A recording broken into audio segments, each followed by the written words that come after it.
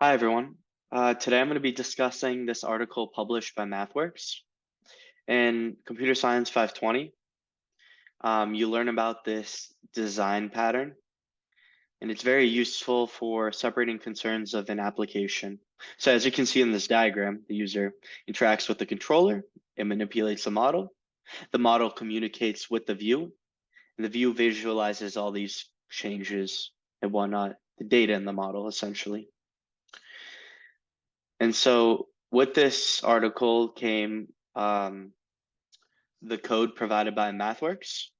So luckily, because MathWorks provides a online version of MATLAB, this makes this pretty portable and very easy to run on any device. So I followed this. I'll provide the links in the video and also in my summary. But if you follow the steps, you clone the repository. It's provided yeah, right above here if you download it.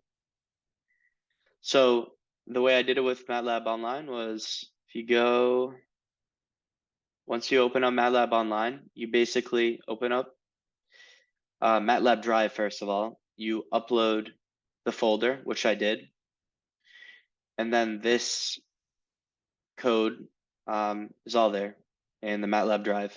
And then when you open up the MATLAB Online to actually run this application, you basically open up a project. It'll it's configured to open up your MATLAB Drive, and here you see the file, the folders, and all the source codes. So I upload that. You have this, and based on the instructions of the README file that's provided by MathWorks, and obviously it's pretty readable based on the folder naming.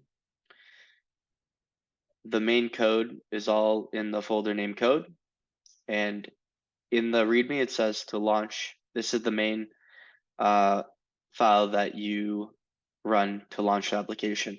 So in the command window, you run launch MVC app, and you have the application running. And just like the article describes, it starts out with a blank state. The model is empty. There's no data in it. You generate random data. So here I'm controlling the model. The controller manipulates the data that's stored in the model. So now it stores these data points. And that model communicates with the view, which is this graph, and it visualizes the data. And we can do this a bunch of times. Can also reset the data, the initial state of the model. So let's look at the source code itself. I think one thing that's great to note, and I mentioned this earlier, was that how easy it is to understand what each folder consists of. So you have images, resources, code. It's easy for any user to kind of navigate through. This is very important for non-functional requirements. You want any new developer to easily open up the project and be able to kind of understand and know where to go from here, just like I was able to. Again, the files have great naming conventions. Again, we have separation of concerns. So everything's not written in one file. As you can see, we have the model in its own file, the controller, the view, so the front end part of it, and kind of the back end to manipulate it. So why is this important? Again, with larger groups like you do in 520, it's important that it's readable because you want everyone to kind of understand and open up any file, understand what's going on. A big problem with big dev teams is poor readability. It increases the time for a developer to understand what's going on, and you don't want that when you're working on a collaborative project. Also, we have comments with everything. That again helps the developer understand what's going on, because just because you understand it and you write it doesn't mean someone else will understand it. The README, as I mentioned before, I'll open it up. It's stored here as well, just like in the MathWorks file exchange website.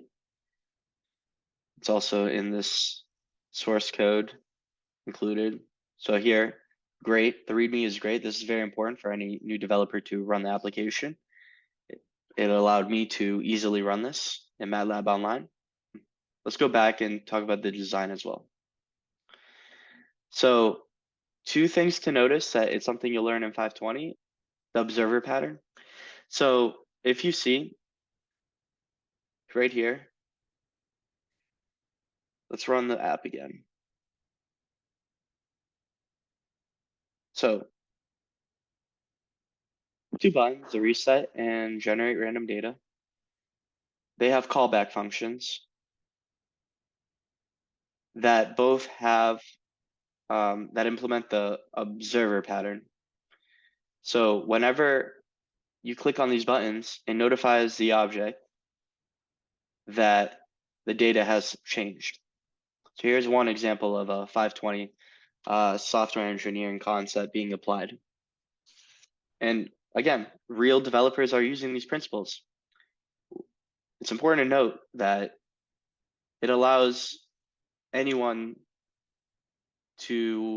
developer to understand what's going on by applying these principles, because you're kind of using a broad concept that's pretty familiar with anyone.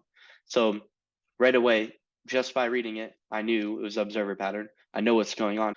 That basically summarizes the code, the actual article itself, so that you kind of see how real developers are using these concepts in real time. Thank you.